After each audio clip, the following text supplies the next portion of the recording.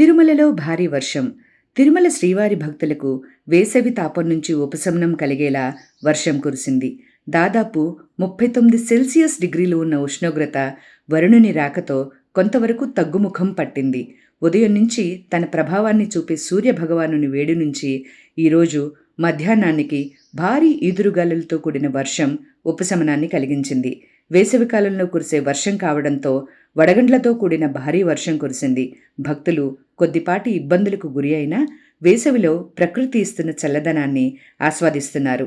తిరుమలలో రోడ్లు అన్నీ వర్షపు నీటితో నిండగా భారీగా కురిసిన వర్షానికి 4 మాడల వీధులు జలమయం కాగా స్వామివారి దర్శనానికి వెళ్లిన భక్తులు, స్వామివారి దర్శనం అనంతరం బయటికి వచ్చిన భక్తులు వర్షానికి తడిచి ముద్దయ్యారు.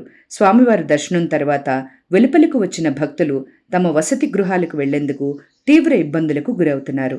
అకాల వర్షంతో తిరుమలలో వాతావరణం మరింత చల్లగా ఆహ్లాదంగా ఉండటంతో భక్తులు చల్లదనాన్ని ఎంజాయ్ చేస్తున్నారు. 1-1 న్యూస్ జ్యోతిర్మయి బొమ్మతో.